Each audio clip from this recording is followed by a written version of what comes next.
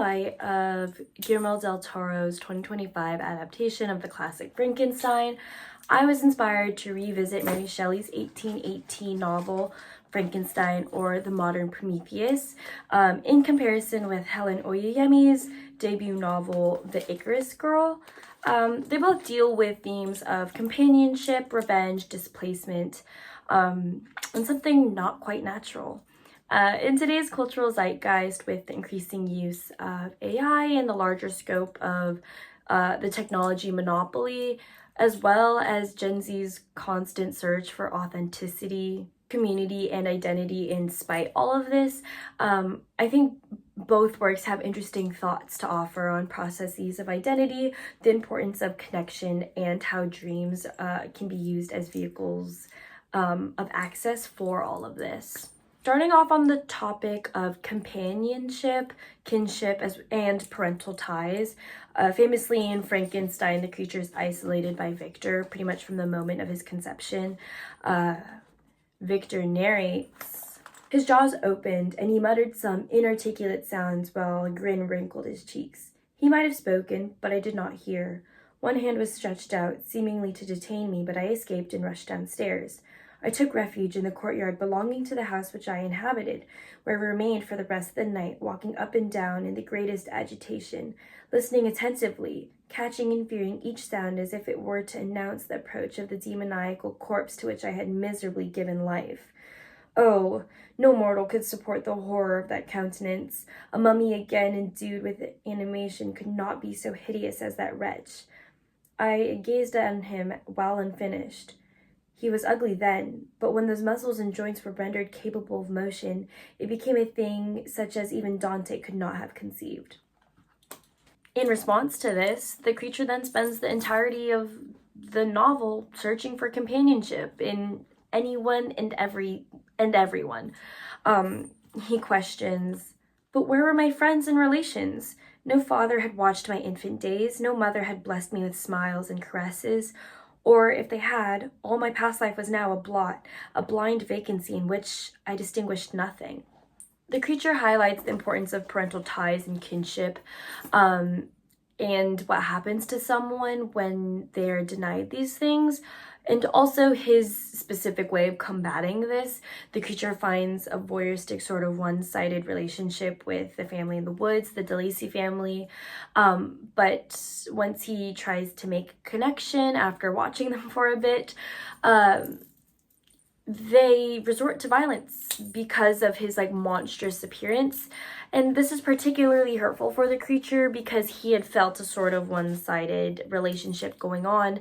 And the blind man who had lived in the house had shown him kindness. And there's a sick sort of irony in the sighted people being the ones blinded by prejudice and the physically blind being the one who sees the creature for his humanity, which is something that the creature struggles with over the entire novel. And also something that he cherishes very deeply but still maybe doesn't yet 100% understand it, though I would argue he has a better understanding than Victor in regards to humanity. In The Icarus Girl, Jess is isolated from her peers, her family, and society in a way that almost seems voluntary. Well, at least at the beginning. She willingly locks herself, the novel starts, and she willingly locks herself into a cupboard to escape the social pressures of performing, the expectation of playing and fitting in with other children, and then also her mother's stern gaze and also her parenting.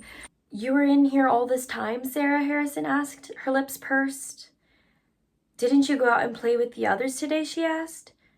"Yeah," Jessamy lied. She had just caught sight of the clock. It was nearly 6 now, and she had hidden herself in the landing cupboard after lunch. Here, Jess chooses to isolate from her parents, but is forcibly isolated from her peers because of her peculiar personality. And then additionally, as a biracial child, she struggles with feeling like she wholly belongs in either London or Nigeria. And this is pertinent, or this is noticeable when she visits Nigeria for the first time. She has this encounter in a taxi cab. Her mom paused in her conversation with the cab driver. "Jess?" What does oibo mean? Her mom twisted around in her seat, looking puzzled. What? A man just said it to me. The cab driver looked in the rearview mirror and laughed. He probably meant oinbo. It means someone who has come from so far away that they are a stranger.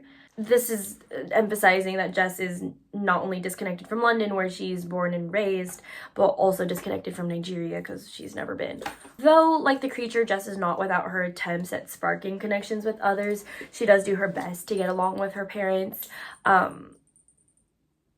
which is part of the reason why she avoids them, is because she's so attentive that she tries to cater to please them. So they don't worry so much about her. But even her parents' relationship with each other is contentious at times, like not even starting on her relationship with them individually. But she does find friendship with her psychiatrist's daughter, Shiv, but this is disrupted by Tilly, the spirit figure who seems to haunt Jess. Jess kind of goes through a journey of discovering if Tilly is a real person, but after a little bit, she comes to this conclusion and has this conversation with Tilly. You're a ghost, Jess whispered to Tilly from under the covers. Tilly began to get angry. I'm not, she insisted. I'm not a ghost. That's a dumb thing to say.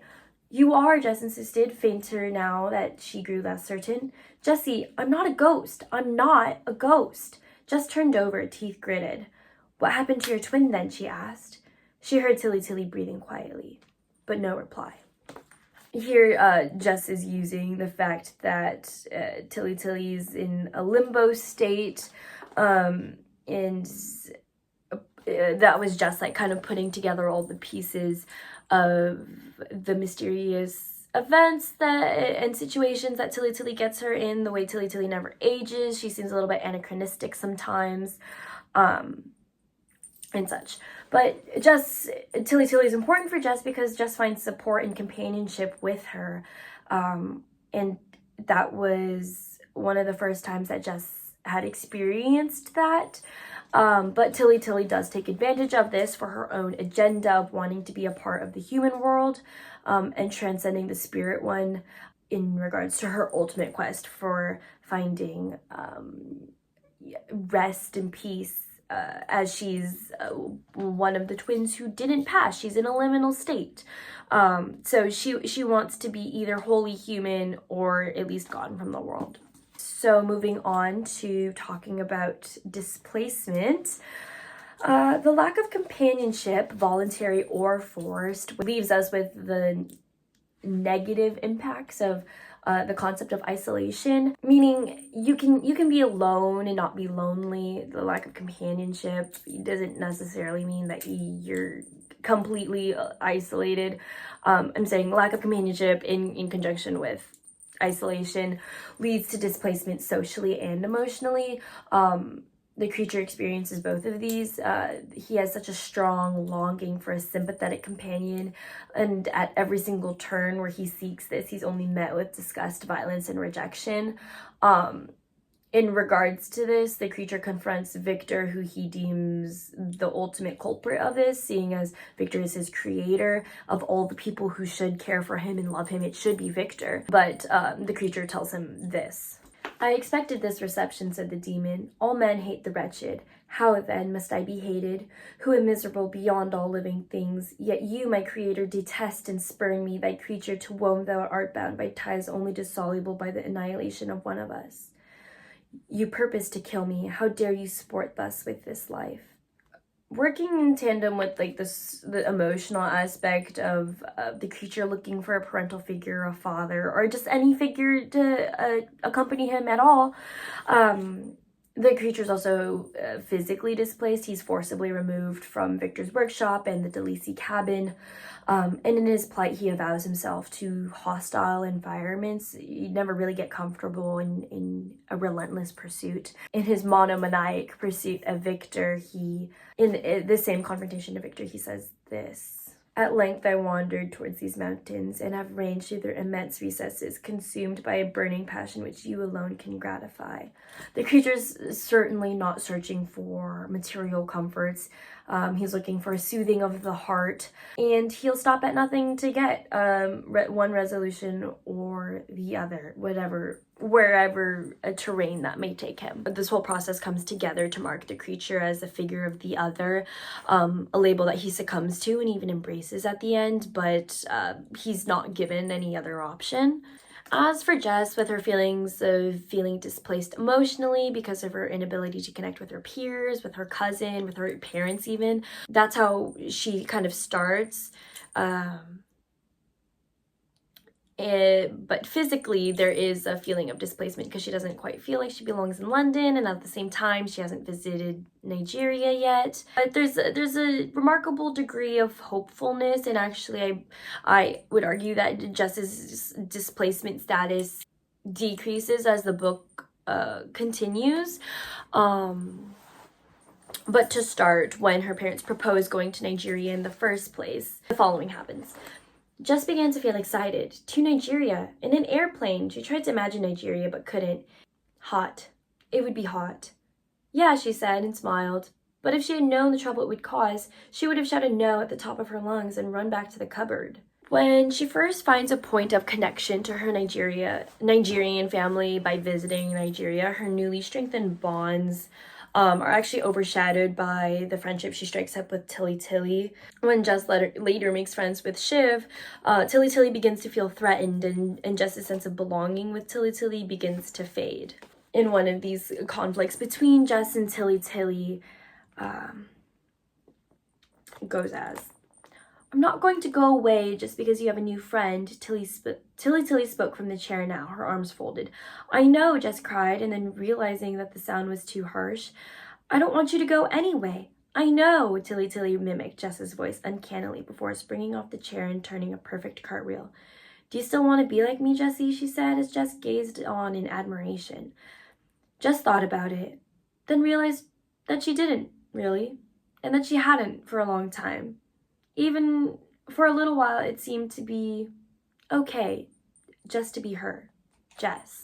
This is the beginning of Jess's reversal of her displacement, and also one of the conflicts with Tilly Tilly that marks the deterioration of their relationship, as Jess fights to secure her own identity separate from Tilly Tilly, and specifically one that's centered in her real world, and not Tilly Tilly's spiritual bush world. The displacement of both the creature and Jess is important because it allows for the idea of doubles to enter, or twins or doppelgangers. The creature is effectively Victor's double, more accurately his inverse.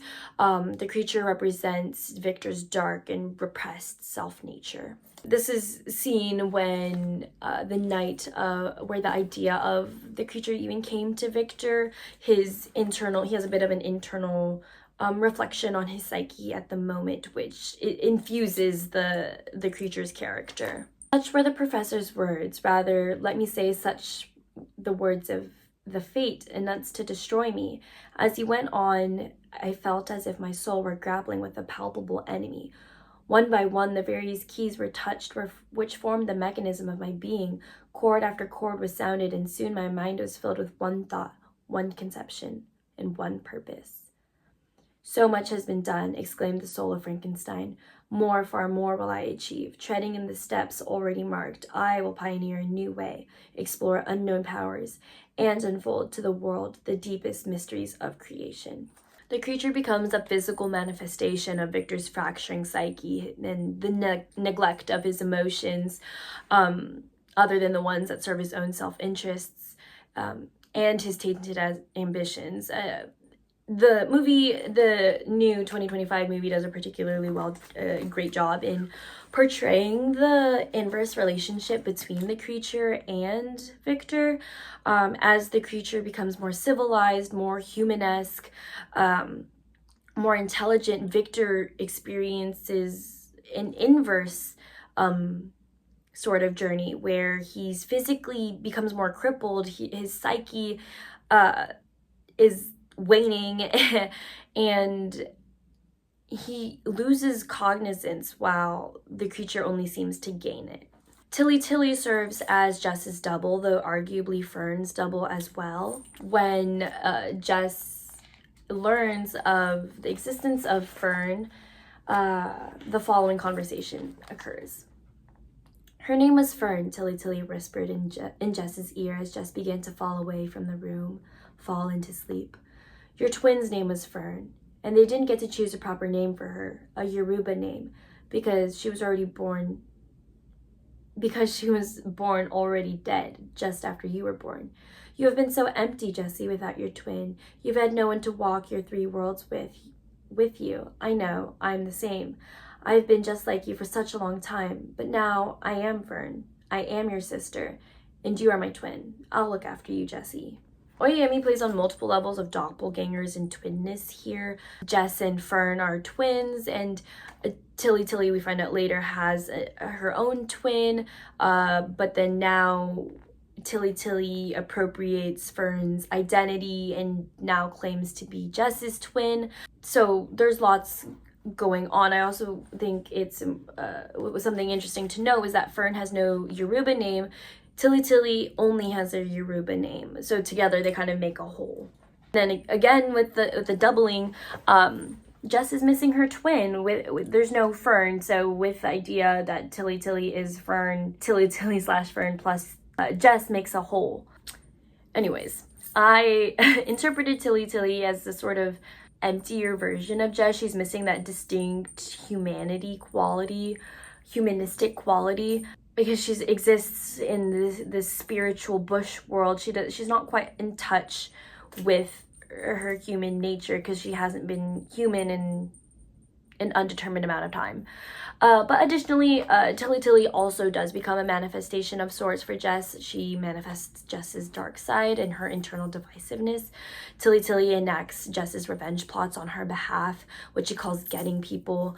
But she does this without the humanistic and compassionate lens that Jess filters her own reasoning through. When Jess finally confronts Tilly Tilly about the getting, there's still a point of tension. There had been a truce between them for the past few days, partly because Jess realized that she couldn't make Tilly Tilly go away no matter how hard she tried, and partly because of Tilly Tilly and the candles. Getting people for Jess was supposed to be how Tilly Tilly stopped herself from being alone, but she didn't seem to understand the irrevocability of the getting. Jess's father hadn't shown much improvement or been able to go to work for the past week, and Jess had been certain that someone would turn to her and ask her what she had done. Tilly's mark on him was so obvious to her. Only Tilly could do it. It seemed that Tilly didn't know how to make it better.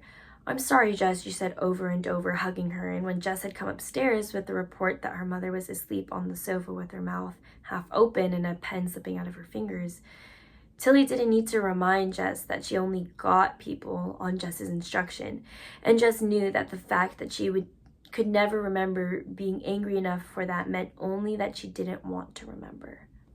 There's a peculiar notion of Jess taking responsibility for the getting, even though Tilly Tilly is a spirit. She could just be lying.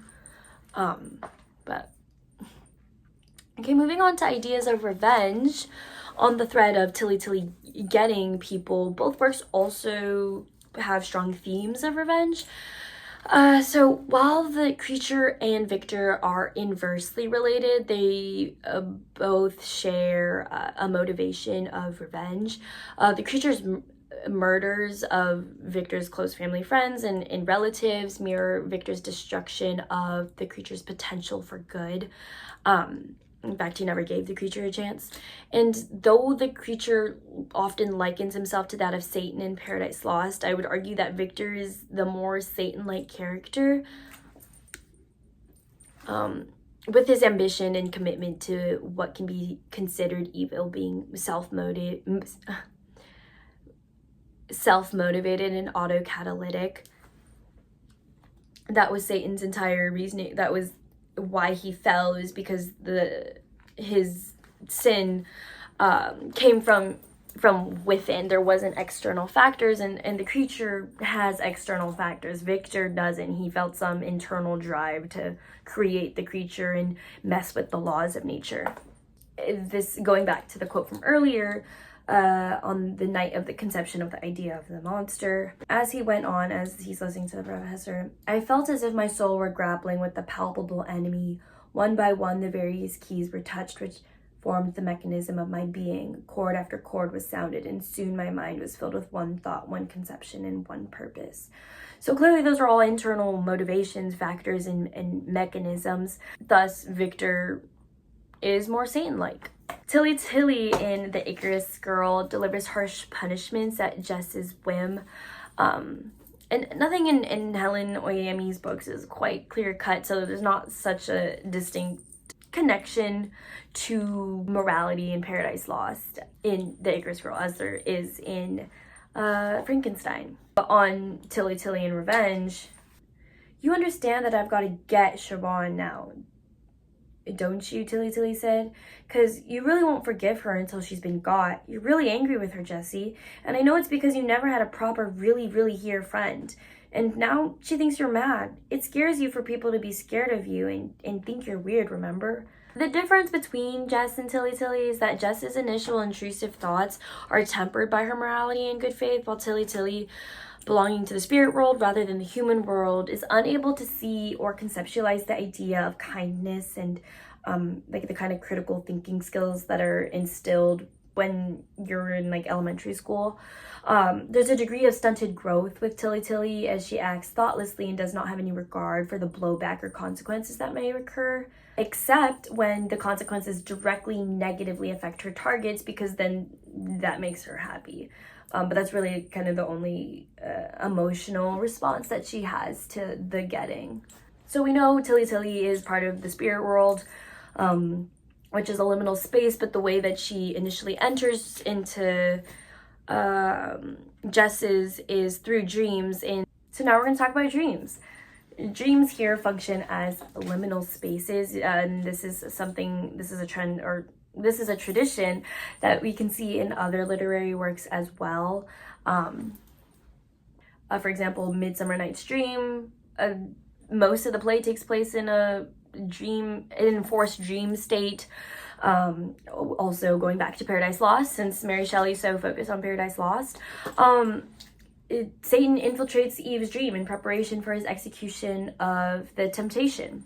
So dreams here serve as places where natural laws, legal laws, and just all-around logic kind of take a pause, which allows for some really interesting machinations here. In Frankenstein, Victor experiences horrific nightmares that foreshadow other events in the book, and then also they reveal internal aspects of his character. In chapter 5 of the book, after Victor's experiment was successful and the creature has been conceived, Victor then experiences a nightmare where he dreams he's reunited with Elizabeth, his love interest. I slept indeed, but I was disturbed by the wildest dreams. I thought I saw Elizabeth, in the bloom of health, walking in the streets of Ingolstadt. Delighted and surprised, I embraced her, but as I imprinted the first kiss on her lips, they became livid with the hue of death. Her features appeared to change, and I thought that I held the corpse of my dead mother in my arms. A shroud enveloped her form, and I saw the grave worms crawling in the folds of flannel. The transformation of Elizabeth into the rotting corpse of his mother brings up an interesting Oedipal consideration, which is notable in this particular case when we think about the parental role that Victor plays or doesn't play in the creature's life. I also think it's important to know that Victor actually has really loving parents. He had a great relationship as an only child before his brother was born, which you would think Victor, of all the people, would know how important companionship and having a good parental relationship is. But also this dream is revealing of Victor's fascination with death, which is something that he subverted in his creation of the creature, which fits in the line of dreams as the exigence of the creature came to him in a dream. On the night where he's listening to his professor lecture and he has that moment of conception. I closed not my eyes that night. My internal being was in a state of insurrection and turmoil. I felt that order would thence arise, but I had no power to produce it. By degrees, after the morning's dawn, sleep came. I awoke, and my yesternight's thoughts were as a dream. There's also a sort of meta quality about the creature blessing, about coming to Victor in a dream, because the entire story idea for Frankenstein came to Mary Shelley herself in a dream.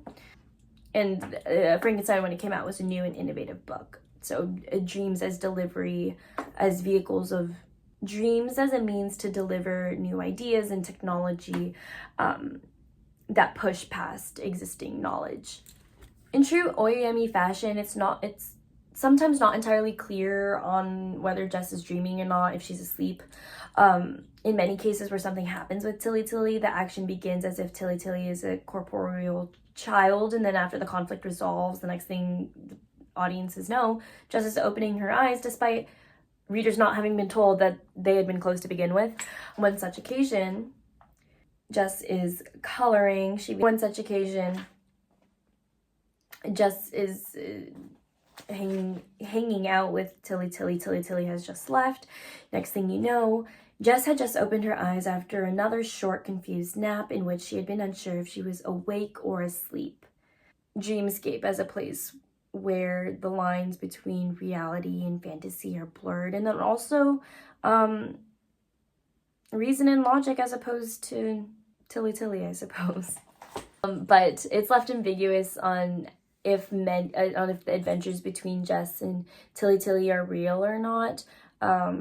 Certainly the effects of the shenanigans are real, where Tilly Tilly and Jess break into Jess's classmate's apartment and find out that the classmate wets her pants.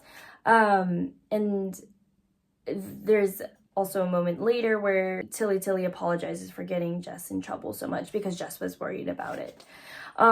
So dreams in the Icarus Girl are not so as clear-cut as in Frankenstein, but nevertheless the ambiguity on if Jess is even dreaming or not does lend itself to the liminal nature of this dreamscape. Also, it's within a dream, as mentioned earlier, kind of, where that Tilly Tilly informs Jess about Fern, her dead twin sister, and also where Jess sees visions of the long-haired woman, who she later determines is the Ibeji form of Tilly Tilly, which is also an interesting mirroring concept of Fern, considering Tilly Tilly had an Ibeji maid, and but was still like a remnant in the spirit world, while Fern was not given an Ibeji, but is hauntingly absent.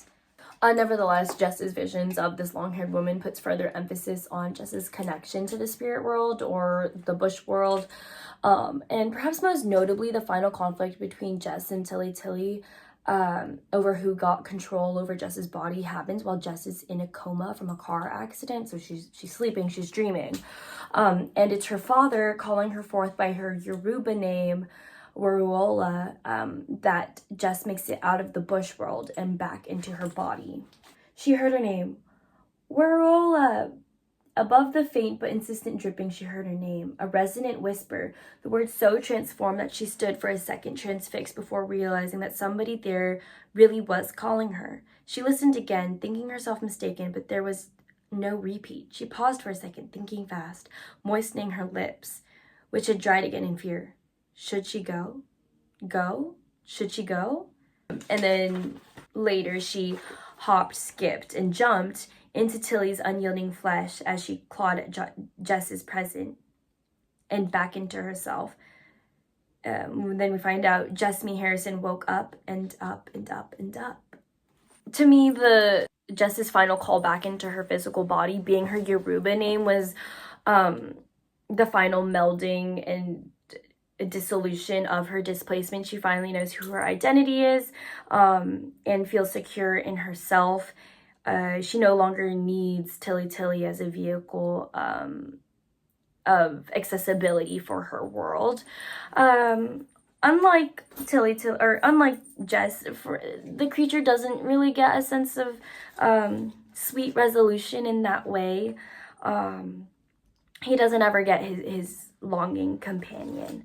In conclusion, Frankenstein and the Icarus Girl offer interesting commentary on how kinship ties and companionship in general are important for the formation of identity, and when those qualities suffer and instead placement or a lack of companionship take place, that's when we see the creation of the other, and this othering in humanity with in combination with all these other themes are where we get ideas of revenge and or violent revenge in the case of the creature. But all of this is related back to the search of humanity. The revenge is a byproduct of not being able to root your identity in humanity. The creature, Tilly, Jess, and Victor were all looking for the pinnacle of humanity, and the way that the way they defined it is different. And in these works, dreams serve as a subversive space where, again, like natural laws, legal laws, and the constraints of the imagination or the natural world can be unraveled. In today's society, I think the struggle for identity is particularly interesting because everyone is so staunch on forming their own identity, and everyone is so staunch on forming their own individual niche in life. But our society is kind of counterintuitive to this whole process as we push forward AI and social processes that kind of reward collective reasoning and uniformity under productivity, capitalism, and the like. But it all masquerades under the guise of individuality. And when you read novels like this, part of the reason they seem so unsettling is because this notion of doubling reflects a larger or a darker underbelly of like mankind as a whole in regards to these topics. And that's the end. Bye.